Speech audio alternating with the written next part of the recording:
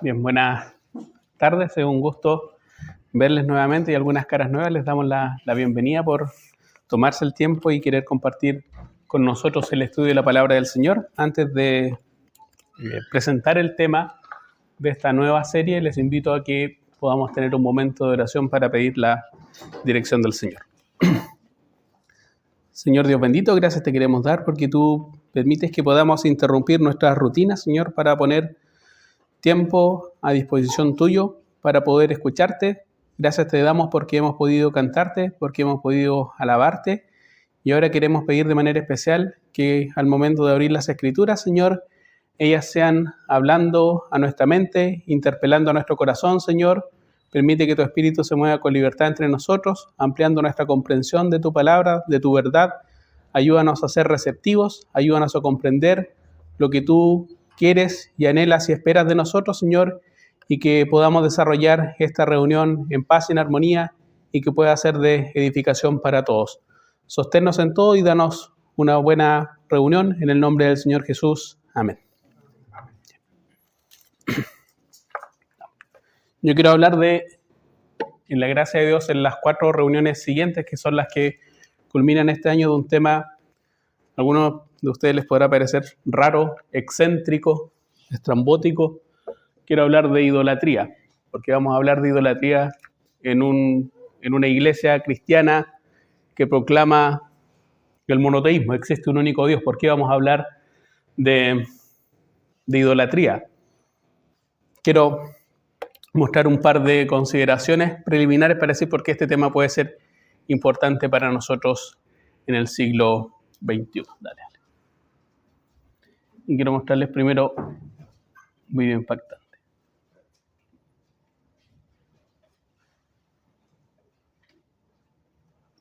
En este templo, las ratas son sagradas. Ubicado en Deshnok, un pueblito a 30 kilómetros de Bikaner, está el templo Karni Mata. Se estima que hay más de 20.000 ratas. Acá viven tranquilas, las alimentan y las cuidan, y devotos de toda la India viajan hasta Deshnok a rendirles ofrendas. Los más devotos beben incluso de la misma leche que ellas. Pero, ¿por qué una rata sería sagrada? Bueno, acá la historia muy resumida. Karni Mata fue una mujer muy devota a los dioses, conocida por realizar milagros durante toda su vida. Incluso se cree que la diosa Durga estaba reencarnada en ella. Cuando su hijo más joven, llamado Lakhan, se ahogó en el río, ella le pidió al dios de la muerte Yama que lo devolviese a la vida. Yama le dijo que esto no era posible, pero que podía devolver a su hijo en forma de rata, y no solo a su hijo, sino a todo su linaje. Desde entonces se dice que los descendientes de la familia de Karni Mata no mueren, sino que pasan por el mismo proceso que Lakhan. Sus almas utilizan los cuerpos de estos animales para quedar en esta vida. Se cree que si lográs ver una de las ratas albinas es muy buena suerte y traerá dicha a tu vida, ya que la rata blanca es la reencarnación misma de Karni Mata, pero es muy difícil porque según nos dicen solo hay unas 4 o 5 entre más de 20.000 ratas grises. Nosotros al menos no las pudimos ver. Como es un templo, obligatoriamente hay que entrar descalzo. Esto suena un poco loco, pero les prometemos que no es tan grave. ¿Te animarías a visitarlo? Exactamente esas eran las caras que yo quería ver de ustedes, de repulsión, de tomar la leche y Quiero partir con esta observación. Si ustedes ven, esto no es una exposición ni histórica ni antropológica, aunque algo tiene de eso. A la, ¿qué será? Derecha de ustedes pueden ver una serie de ídolos de culturas antiguas. Desde Baal, desde Atenas, desde Anubis, desde Acera, a Quetzalcóatl. Es un arco que va desde lo que llamaríamos Europa, Cercano Oriente, hasta América, hasta el mundo de la India, hasta el día de hoy. Eso quiero decir que parece que es una cuestión global y transtemporal. Era muy importante, muy extensa hace miles de años y parece que tiene dimensiones también en el siglo XXI un poco excéntricas para ser un poco generoso con él hasta durar un rato. Dale. Y ahora creo que sigo yo. Vale. Lo primero que me gustaría aclarar antes de entrar en consideración, porque lo que quiero hacer en esta serie es hablar de idolatría y explicar al menos 4 cuestiones. No voy a explicar las 4 cuestiones hoy, sino que quiero ir de alguna manera de lo general a lo particular. Quiero partir con una definición. Hoy día lo que me interesa es ver cómo define la Biblia el problema de la idolatría, qué es en términos bíblicos la idolatría, si solo se reduce a estas experiencias un poco extrañas, excéntricas, o habla de problemas que pueden ser incluso contemporáneos y más sutiles que andar adorando una rata. Esa es la primera cuestión que me gustaría dejar en claro el día de hoy. Si Dios está con nosotros, en la siguiente reunión lo que me propongo hacer es cuáles son los efectos que provoca la idolatría en nosotros. Ya no es la definición teológica de idolatría, sino cuáles son los efectos nocivos, adelanto la cuestión, nocivos en nuestra vida espiritual. En la tercera o penúltima reunión lo que quiero explorar con ustedes es un principio bíblico respecto a la idolatría, que tú te conviertes en aquello que adoras. Ese es un principio bíblico que uno podría extraer de la Biblia. Y para cerrar, por eso decía, quiero ir de lo general a lo particular, transitar de lo que podríamos llamar acá de la idolatría a la egolatría, como una forma que ya nos mira y nos interpela de cerca. Tú puedes ser tu propio Dios. Y así quiero cerrar de manera paradójica. Entonces, quiero partir con lo siguiente, que no es un problema irrelevante, anecdótico, que esté en algún libro recóndito de la Biblia, no es que aparezca en Abdías, no es que aparezca en Sofonías o Habacuc, y de ahí como que en la Biblia lo desestime. Hice un conteo y la Biblia en la Biblia la idolatría y todo lo que refiere a la idolatría es un problema bien recurrente. Si usted se pone a contar las palabras o el marco semántico a partir de la cual la Biblia expresa cuestiones como idolatría, lo que va a encontrar es que es un tema que aparece con harta más frecuencia que otros que uno a priori podría pensar. O sea, la Biblia habla de muchas cosas, pero si hay de una cosa de la que particularmente habla de tapa a tapa, es de la idolatría. Habla más de idolatría que de justicia social, por ejemplo. Habla más de idolatría que de sexualidad.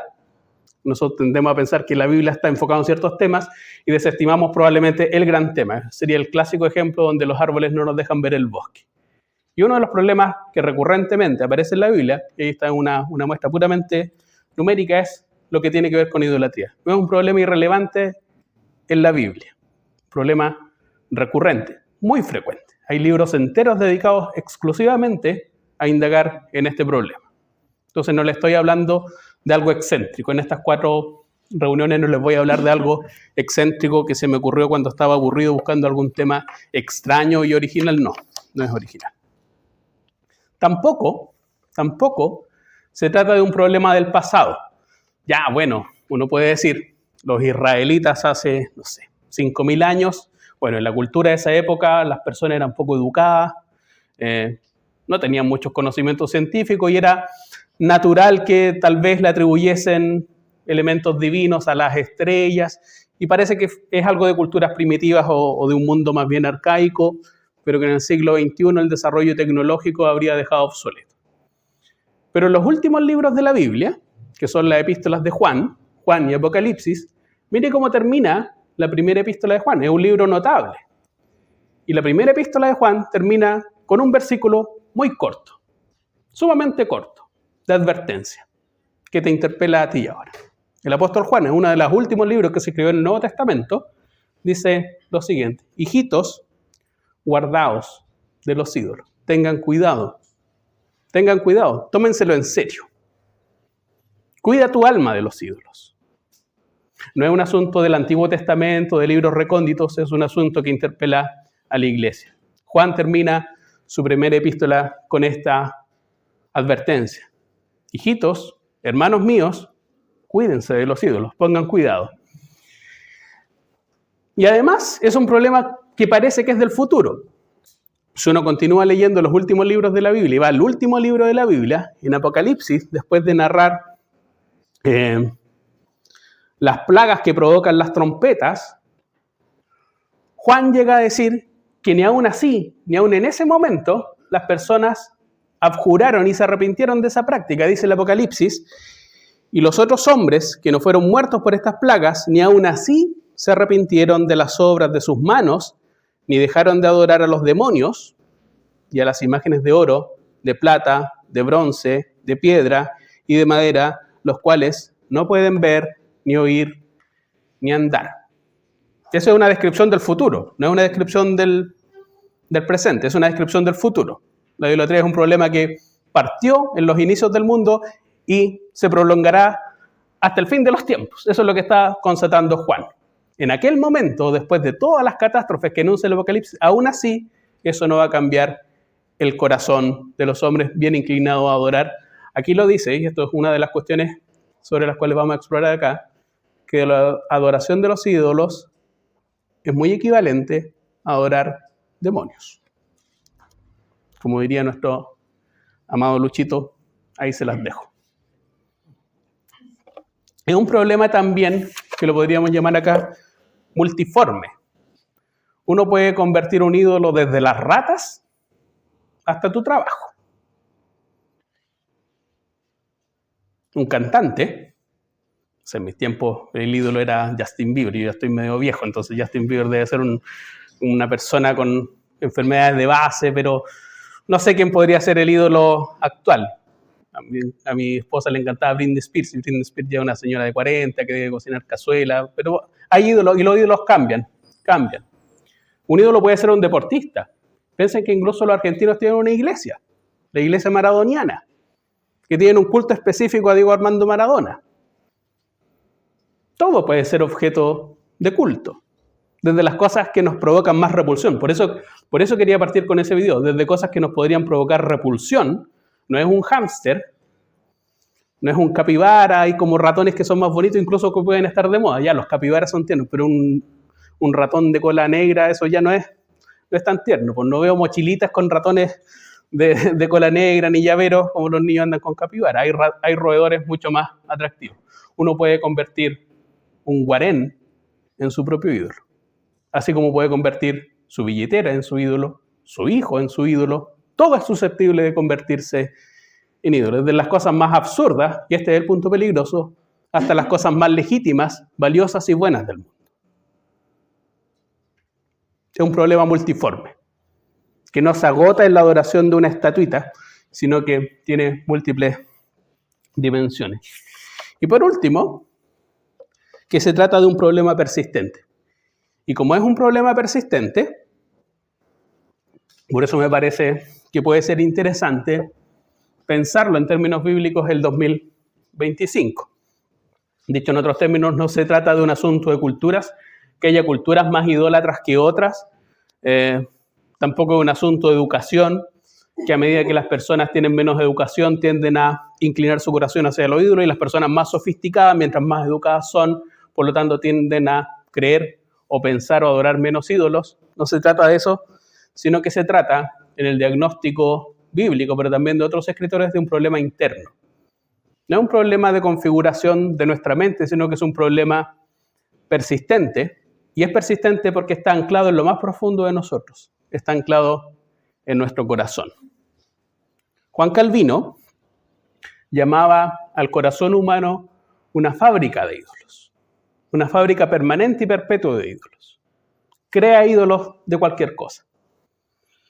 Y Martín Lutero, contemporáneo de él, definió la idolatría en estos términos: aquello a lo que tu corazón se aferra y depende, eso es exactamente tu Dios. Esa es una buena definición de idolatría. Capaz que para algunos no le haga sentido esa imagen que está ahí, pero los que somos un poquito más viejos reconocemos a Helga Pataki, que era un personaje de Oye Arnold, que adoraba a Arnold, lo amaba en secreto, lo odiaba en público, pero lo amaba en secreto, y tenía un altar. Era su amor imposible, tenía un altar con pelos y cosas. Todo puede ser susceptible de ser un ídolo y de ser un dios. Insisto, desde ratas hasta personas. Las mejores cosas del mundo son susceptibles de ser convertidas en ídolos, y ahí radica entonces su problema. Digo todo esto para decir que no estamos en presencia de un problema excéntrico, un problema pasado de moda, un problema que, claro, afectaba a los israelitas del Antiguo Testamento, que eran como medios duros de corazón y que estaban medios confundidos en una cultura idólatra, pero que a nosotros no nos interpela y no tiene nada que decirnos. En realidad, lo que quiero poner con estas breves consideraciones es que, por un lado, se trata de un problema muy importante en la Biblia, no está en algún manuscrito perdido, en un libro oscuro, en una nota al pie de páginas chiquitita, sino que de tapa a tapa la Biblia habla persistentemente de ella. no es un asunto del mundo más arcaico, sino que la Biblia insistiría de tapa a tapa también, habla que este es un problema ahora y que va a seguir siendo un problema hasta el fin de los tiempos, y que no se trata de un problema de cultura ni de educación, sino un problema anclado en nosotros mismos. Nosotros mismos somos idólatras porque nuestro corazón es idólatra. Incluso, si eres salvo, si eres creyente, también tu corazón es idólatra. No es que una vez que pases por el umbral de la salvación, la idolatría dejó de ser un problema. Nuestro corazón idólatra puede convertir la iglesia, la religión, en su propia idolatría. Este es el punto. Entonces quiero, en los minutos que me quedan, hecha esta pequeña introducción, hablar de por qué es importante entonces la idolatría y definir el esquema a partir de la cual la Biblia define la idolatría. En algún momento, al Señor Jesús en Marcos, el capítulo 12, tal vez lo podríamos leer, tenemos tiempo. En Marcos, el capítulo 12, no abra la Biblia, pero yo lo busco. Le quieren hacer una pregunta capciosa, una pregunta como para pillarlo, un clásico de los fariseos. Y en Marcos capítulo 12 dice así, verso 28, acercándose uno de los escribas que los había oído disputar y sabía que les había respondido bien, le preguntó, ¿cuál es el primer mandamiento de todos? ¿O cuál es el mandamiento más importante? Es una pregunta que aparece también en Mateo, y en Mateo es, ¿cuál es el mandamiento más importante? Uno puede decir, la Biblia está llena de mandamientos. Hay libros, no sé, Deuteronomio, Levítico, son mandamientos tras mandamiento tras mandamiento. Si uno tuviera que sintetizar, decir, ya, hay muchos mandamientos, pero este es el más importante de todos. Esa es la pregunta que le hacen a Jesús. ¿Cuál es el primer mandamiento, el más importante de todos? Y Jesús le respondió, el primer mandamiento de todos es, oye Israel, el Señor nuestro Dios, el Señor es nuestro Dios, el Señor uno es, y amarás al Señor tu Dios con todo tu corazón y con toda tu alma y con toda tu mente y con todas tus fuerzas, y este es el principal mandamiento. Y los escribas le dicen, perfectamente respondido, bien, te ponemos un 7 Jesús, bien has dicho.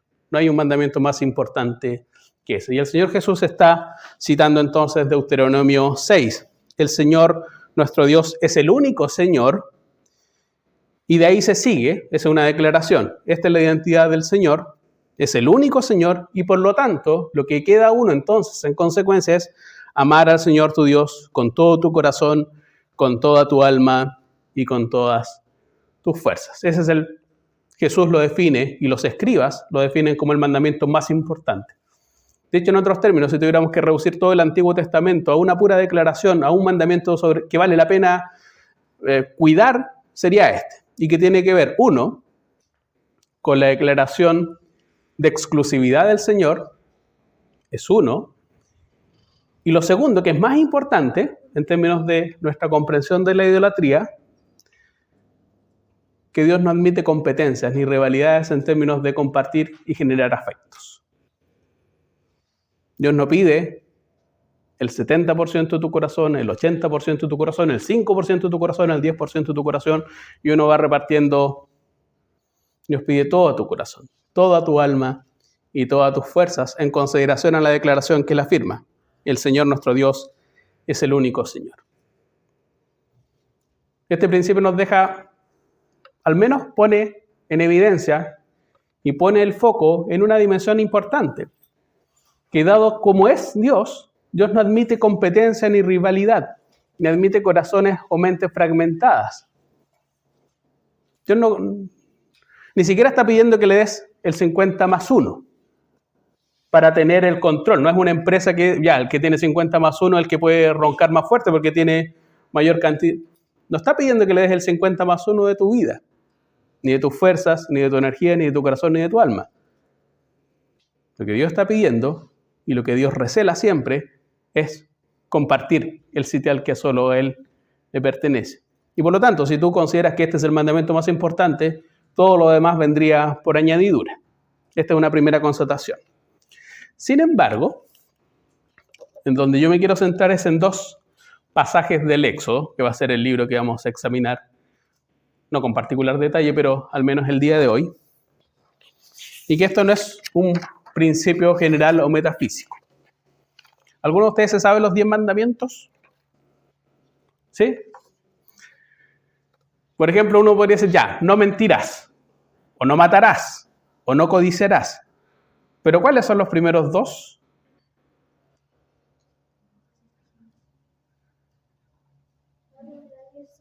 ¿Ya? Perfecto. No tendrás dioses ajenos. ¿Ya?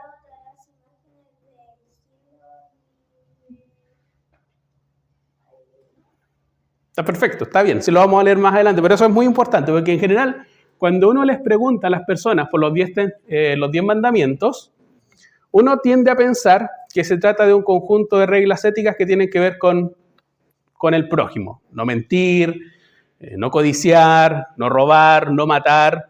Pero uno tiende a olvidarse de la primera parte de los 10, y donde si uno los pusiera en términos como cuantitativos, la cantidad de palabras, así es la cantidad de palabras que se le dedica a los 3 primeros, y así es la cantidad de palabras que se le dedica. Bueno, esa cantidad de palabras tiene que ver con los 2 primeros, y que tienen que ver con exactamente lo que definió perfectamente nuestro amigo acá. Si uno dice, mira, toda la ley se puede reducir en los 10 mandamientos también tienen mandamientos más importantes, más extensos, donde Dios se toma un poco más de tiempo. Y esos mandamientos tienen que ver exactamente con el tema de la idolatría. El contexto de Éxodo 20, que es el pasaje que vamos a leer acá, es notable porque es un momento donde para los israelitas la evidencia del poder de Dios es explícita y es clara. Hay en algunos momentos donde uno duda que Dios lo escuche, que Dios esté presente, que Dios sea realmente poderoso para intervenir. Bueno, ese fue uno de los temas que vimos estas semanas con Habacuc. Pero nadie a la altura del Éxodo 20 podría llegar a considerar esto. Nadie puede pensar que Dios no interviene, que Dios no es poderoso, que Dios no existe. Si hay un momento donde Dios disipa cualquier duda de su poder, de su capacidad, es justamente en el preámbulo de dictar y sancionar los 10 mandamientos. Los israelitas han sido liberados de Egipto después de las 10 plagas, han cruzado el Mar Rojo. De hecho, en algún momento, el versículo 18 de Éxodo 20 dice, todo el pueblo observaba el estruendo y los relámpagos y el sonido de la bocina y el monte que humeaba, porque está hablando Dios el que habla, y cuando Dios habla, el cielo parece que se cae, la tierra retumba y ellos tienen terror. La presencia de Dios es tan real como eso. Es real, es poderoso. Si hay un momento donde Dios es popular y su poder se manifiesta y es evidente para todos, sería en Éxodo 20. Y entonces viene el preámbulo de los 10 mandamientos. Uno puede decir que los 10 mandamientos, más que un conjunto de ordenanzas, van a seguir un conjunto de ordenanzas, es la declaración de un pacto que comienza con una cláusula. En el Antiguo Testamento, o en la cultura del Antiguo Testamento, del Cercano Oriente, en general habían pactos, lo que nosotros podríamos llamar casi acá como un contrato entre partes. Y lo que Dios está enfatizando en el primer versículo, en el 1 y en el 2, antes de comenzar, la expresión de los 10 mandamientos es definir quiénes son las partes contratantes del pacto.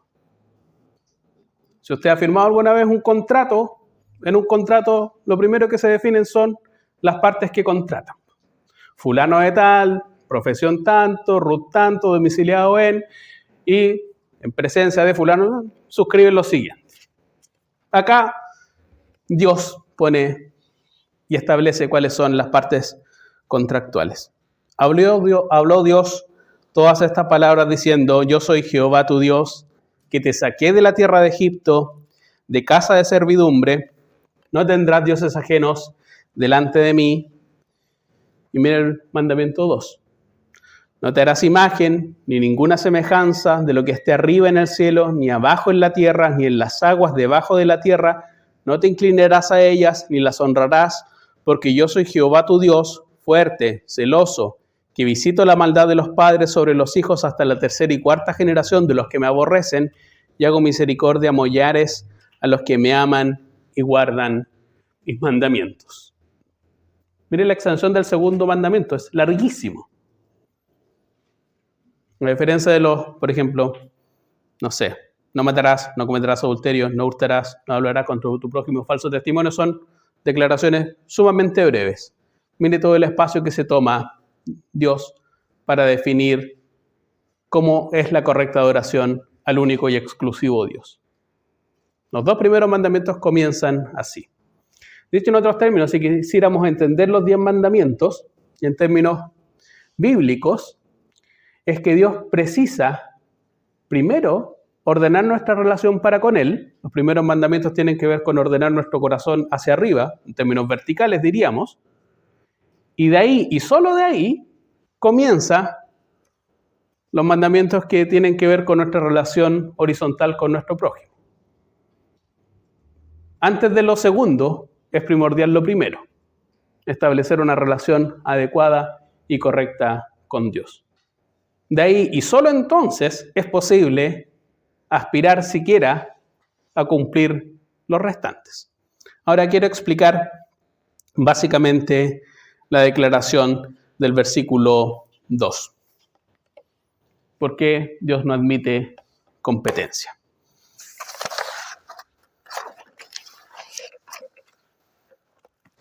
Y solamente el versículo 2, yo soy Jehová tu Dios que te sacó de la tierra de Egipto, de casa de servidumbre, nos dan un contenido bien interesante y bien importante para entender por qué Dios no admite entonces otros dioses, otros cultos en su presencia.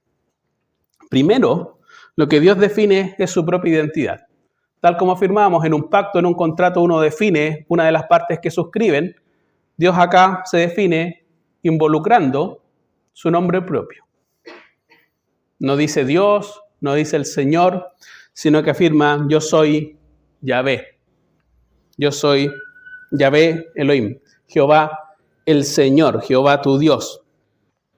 Y esa expresión tiene que ver con el nombre propio de Dios que remite a una dimensión que es inexistente en el mundo cultural de la época. Si pensamos un poquito, y a veces se nos olvida esto, el mundo cultural de la época, salvo el caso de Israel, son todos politeístas. Esto es, que creen en múltiples dioses. Por supuesto, hay dioses más importantes, hay dioses que tienen más capacidad, tal vez más poder, o dioses que reinan sobre realidades más importantes, pero nadie piensa en la exclusividad de un único Dios. Esto era así para los egipcios, esto era así para los fenicios, esto era así para los sumerios, esto era así para Babilonia, esto era así para los griegos, esto era así para los romanos. Muchos dioses. Hay un dios de la lluvia, un dios de la tierra, un dios de la salud, de la sabiduría, hay dioses para todos. Hay dioses más importantes, pero muchos. Y la novedad radical de esta declaración es la exclusividad. En la exclusividad de Dios. Soy el único que puede afirmar de sí que este es su nombre, y el nombre define los atributos y las cualidades de Dios como Dios eterno, autoexistente y autosuficiente.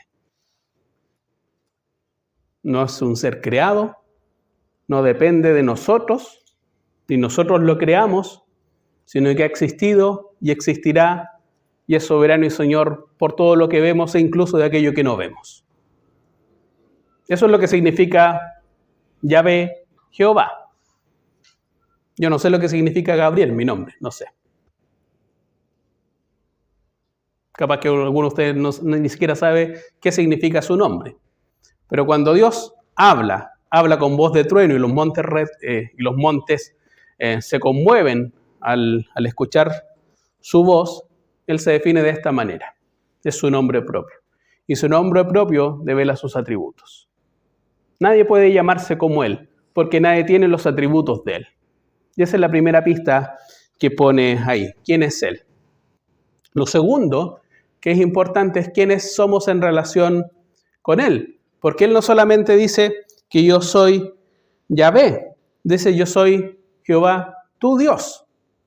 Y al definirte como el Dios personal de ellos, el Dios de ustedes, el Dios exclusivo de ustedes, está definiendo una relación que no es de camaradería, no es de amigos, no es de compadres, no es de iguales. Es una relación asimétrica. Él es Dios, nosotros somos sus criaturas. Él es el creador, nosotros somos parte de lo creado. Él es todopoderoso, nosotros no. Él es el agente activo del bien, nosotros somos depositarios de su bondad y de su gracia. Pero no somos iguales. En general, los contratos los firman personas como partes iguales, con los mismos atributos morales. Y si la firman en condiciones desiguales, probablemente no faltará el abogado que diga que ese acuerdo es nulo. Al menos habría que revisarlo, está mal escrito. Son personas moralmente equivalentes los contratos entre personas. Lo que está diciendo acá es que en este pacto hay un Dios y hay siervos. Hay un soberano y hay personas que obedecen. Dios se relaciona de esa manera con nosotros. Dios no es igual a nosotros. Dios es más trascendente que nosotros, es más poderoso que nosotros. Y la Biblia lo define en esos términos. Dependientes, siervos, creados, objetos de su amor y de su misericordia, pero no iguales, bajo ninguna circunstancia iguales. Podemos poseer cierta dignidad porque somos hechos a imagen y semejanza suya, pero eso no nos convierte en dioses. Aunque ese va a ser justamente uno de los grandes problemas a los cuales voy a llegar al final de esta serie. Uno de los grandes problemas de esta serie es que al final las personas piensan que efectivamente son como iguales con Dios. Yo quiero ser como Dios. Esa es la mentira satánica original.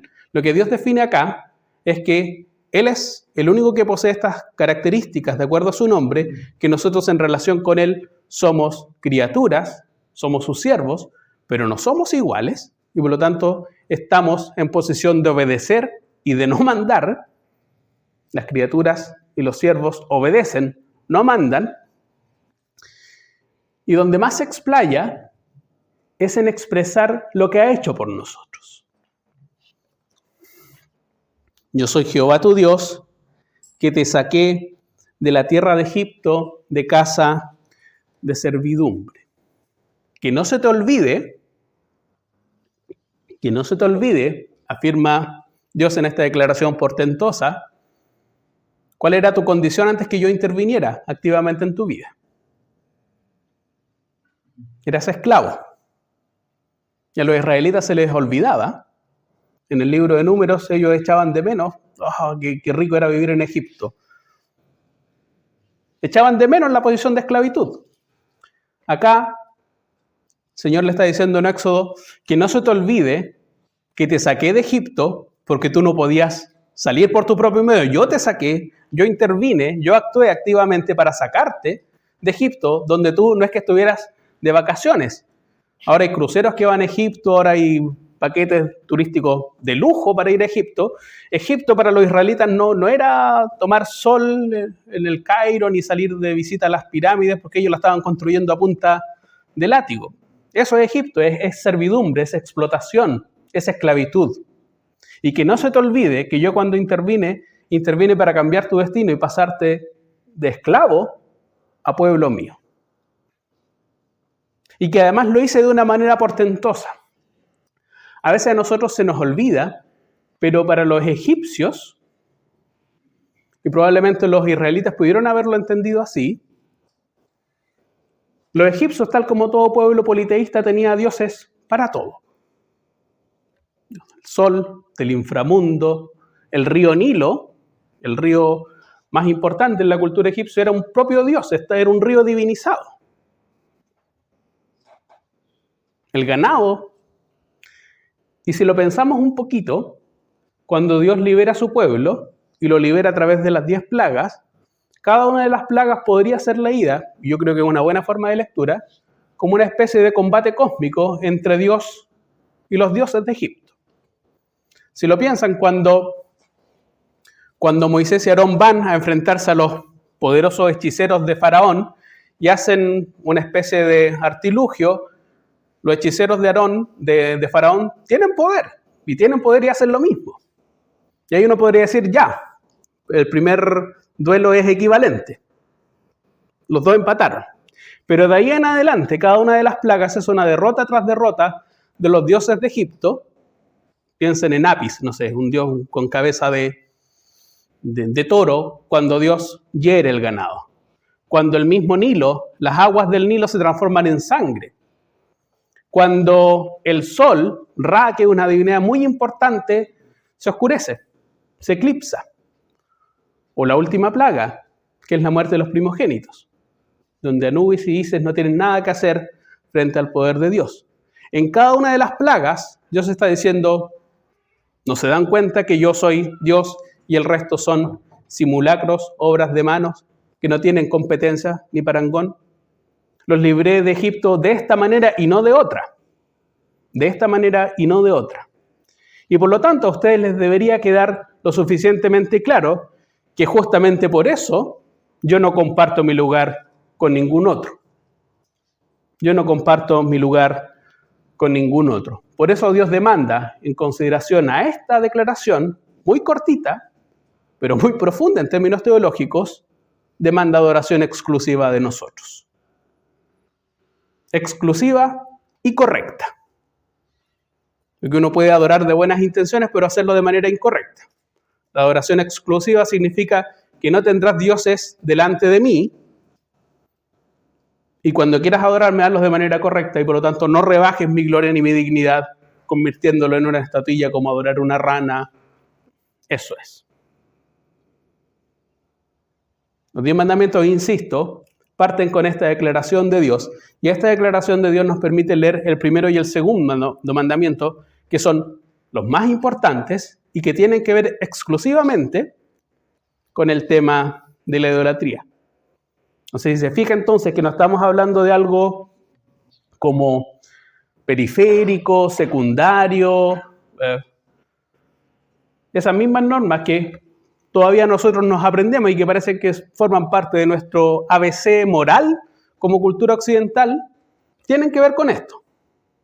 Dado que Dios es Dios, Él no comparte el trono con nadie más.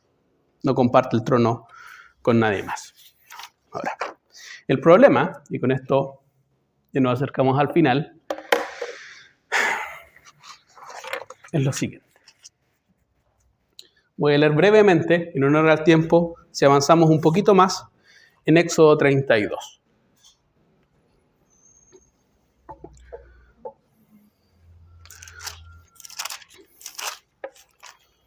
De hecho, es súper interesante, pero en el capítulo 24, después del Éxodo 20, vienen otra serie de mandamientos y al final Dios les dice, ¿están de acuerdo con esto?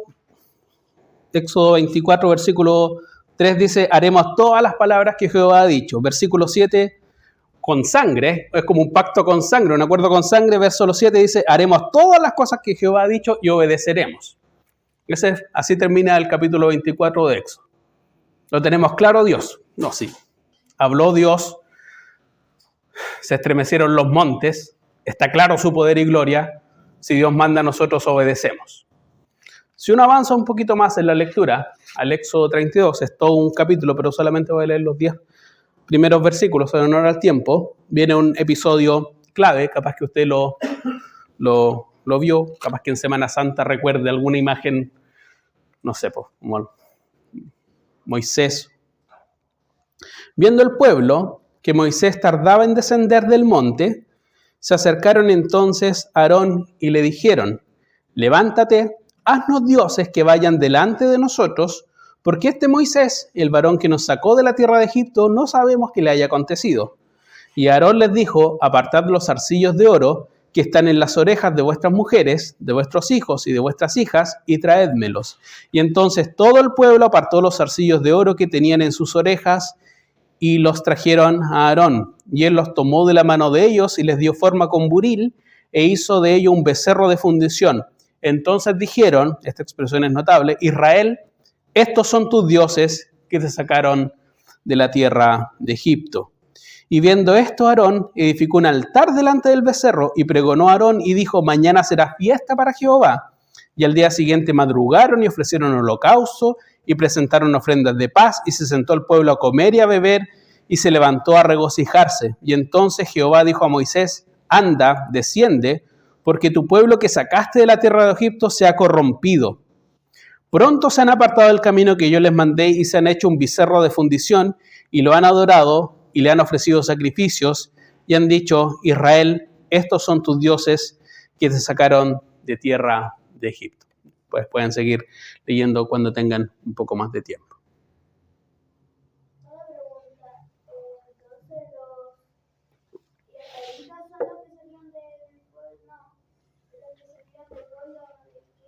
De Egipto.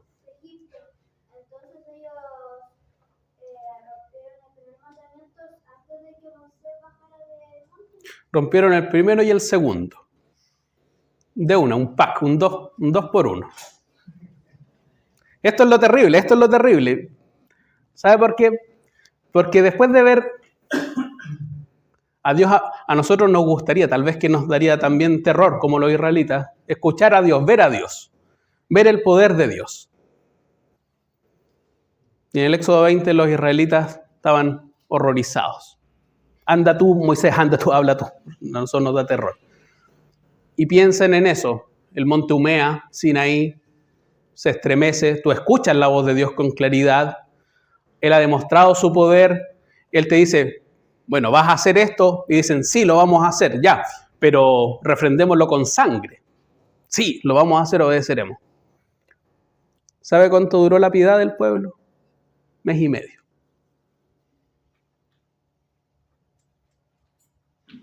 Después de haber visto a Dios, de haber escuchado a Dios, de haber cruzado el Mar Rojo, después de haber sido liberado de esclavitud. Ninguna de las cosas que nosotros hemos presenciado. Con un mandamiento que era clarísimo, es fácilmente memorizable. Uno se lo aprende como, no tendrás Dios ajeno delante de mí y no te harás imagen ni de semejanza. Facilísimo. No es un mandamiento teológicamente muy rebuscado, muy complicado, es fácilmente memorizable.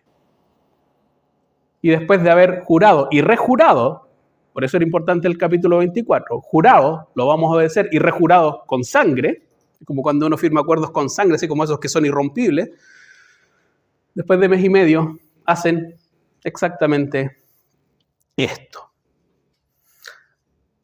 Y saco a colación este pasaje exactamente por eso, porque nos muestra la recurrencia del problema. Es un problema tan arraigado que ni siquiera escuchar la voz de Dios, ni siquiera tenerlo ahí fresquito, 1 mes y medio, se nos va. Y no es que esto haya afectado a las personas más pecadoras del pueblo de Israel. El que lidera esto es Aarón. Es Aarón. Aarón es el que está encargado del culto, el encargado de efectuar exactamente la adoración correcta. Y Aarón está involucrado en eso.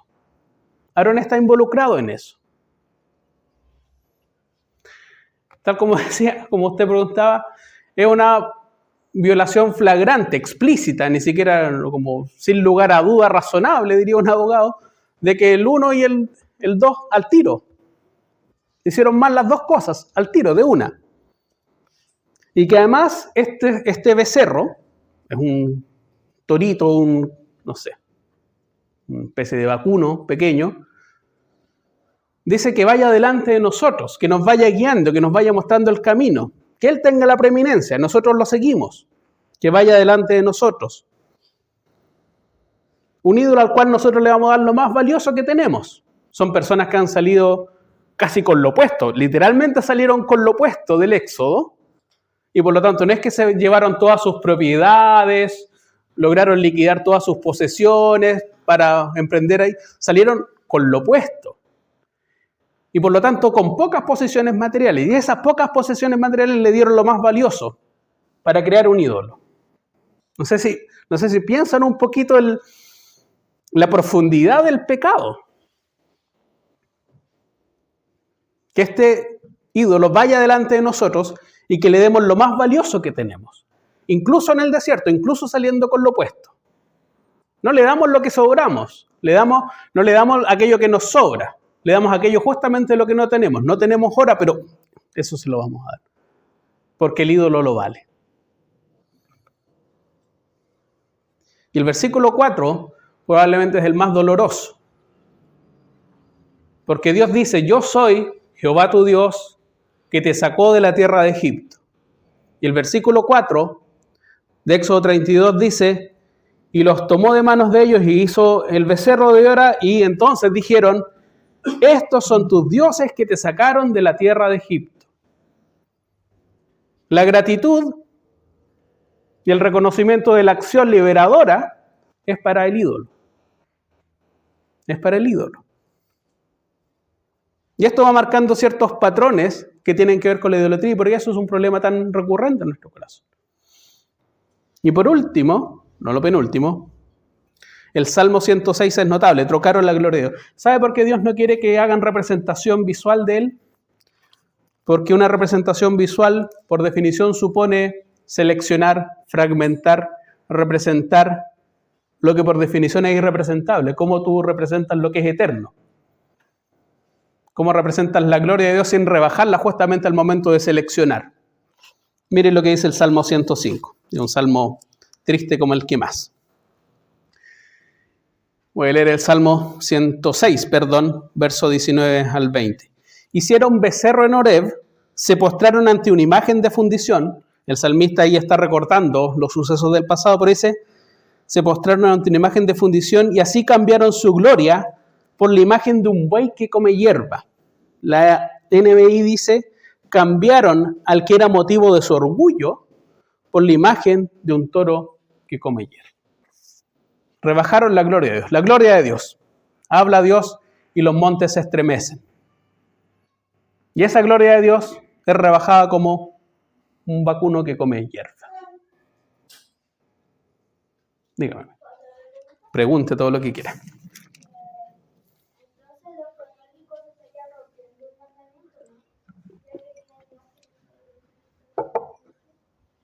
Sí y no. Sí y no, porque lo que quiero mostrar acá es que tal vez los católicos pueden potencialmente incumplir el 2, pero todos nosotros estamos en riesgo de incumplir el 1. Dicho en otros términos, es súper fácil pensar que la idolatría es hacerse la imagen y que en eso solamente consiste la idolatría, pero idolatría también es el primer mandamiento, tener otros dioses. Y si volvemos hacia atrás, si tú confías más en tu billetera que en Dios, estás adorando a otro Dios.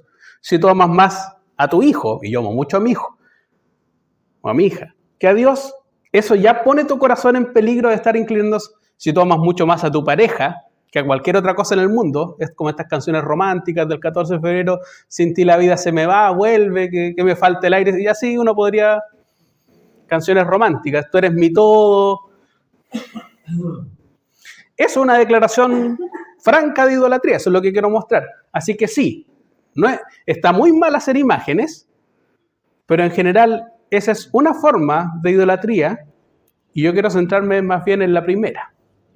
No es que nos pongamos a hacer imágenes, eso es lo que no quiero decir. Pero muchas veces por reducir idolatría solamente a pensarlo en términos de imágenes, dejamos de perder de vista la importancia del primer mandamiento. Que no hay otros dioses delante de mí. Y a esos dioses, estas personas le dicen, guíanos, te damos lo más valioso,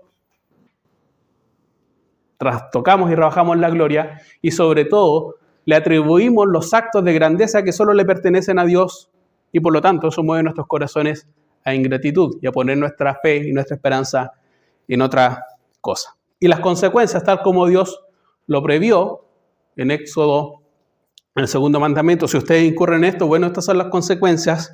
Las consecuencias de la adoración del becerro de oro están en el versículo 28. Y los hijos de Leví lo hicieron conforme al dicho de Moisés y cayeron del pueblo en aquel día como 3,000 hombres.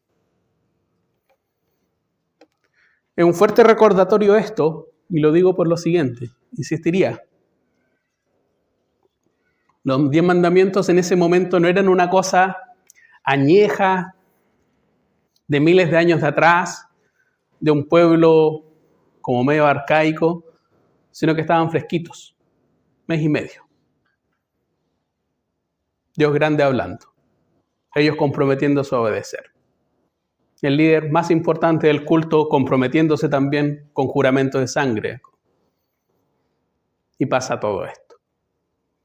Y eso es una advertencia. Eso es una advertencia para que nosotros, y este es el punto, Pablo en 1 Corintios dice que esto es una advertencia, todo el Antiguo Testamento es una advertencia, sobre todo para decirnos a nosotros que no somos mejores que los israelitas. Tú no eres mejor que ellos.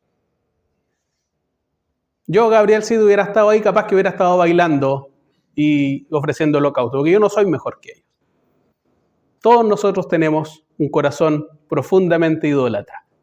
Y por eso, tal como advertía Juan, guárdate de los ídolos, cuida tu corazón de los ídolos, porque tú no eres tan santo como para que esto no te afecte.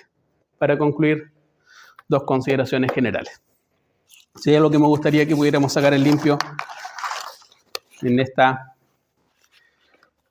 clase, primera exposición es lo siguiente: que podemos pensar la idolatría desde la perspectiva de Dios y desde la respuesta humana respecto a justamente Éxodo 20. ¿Por qué la idolatría para Dios es un problema? Es algo tan serio, tan grave.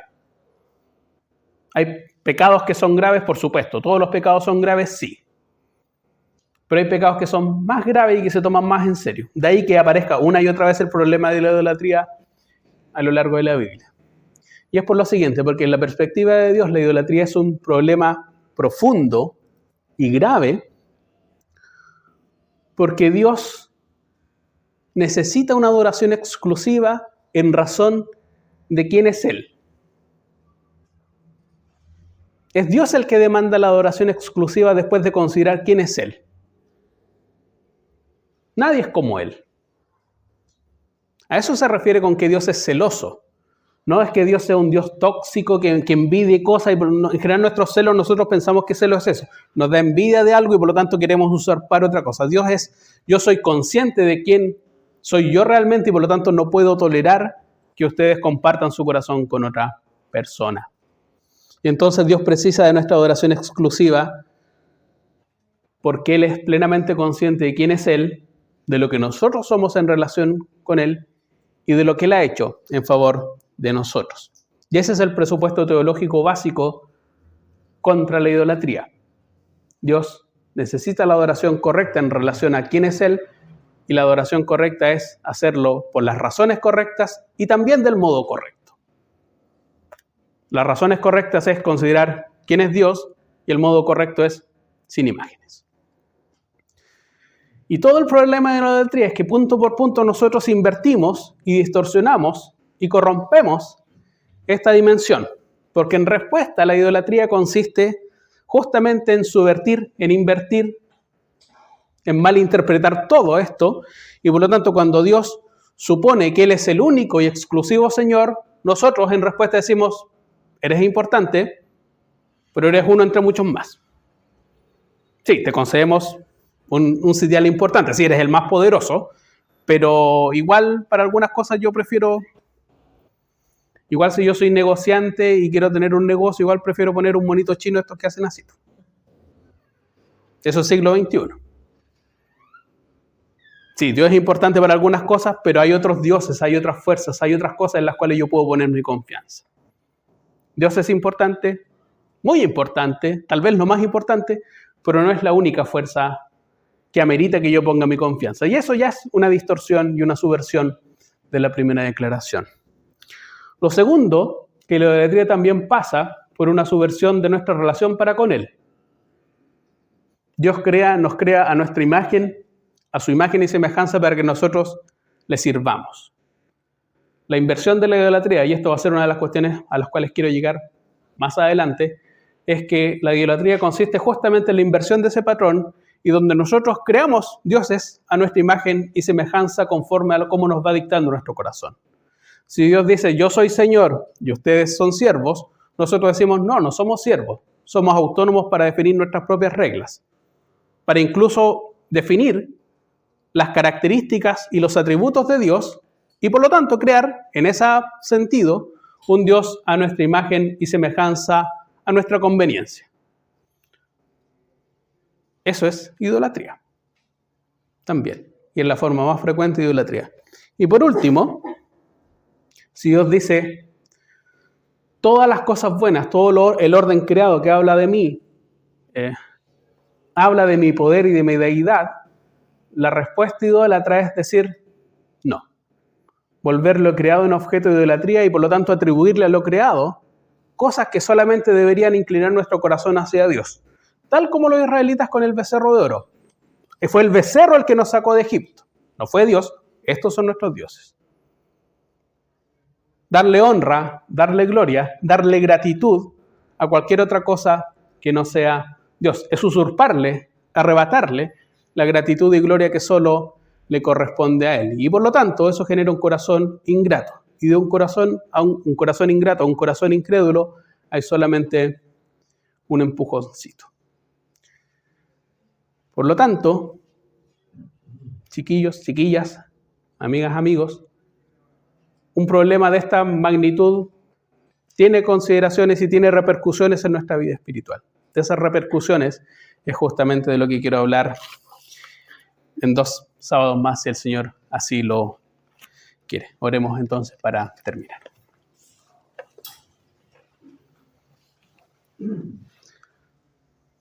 Señor Dios bendito, gracias te queremos dar por cómo tú eres.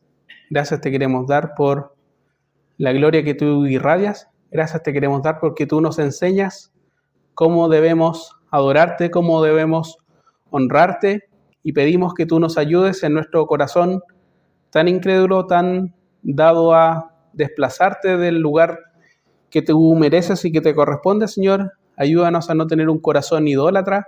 Ayuda a detectar la idolatría como un problema en nuestro corazón a tiempo, Señor.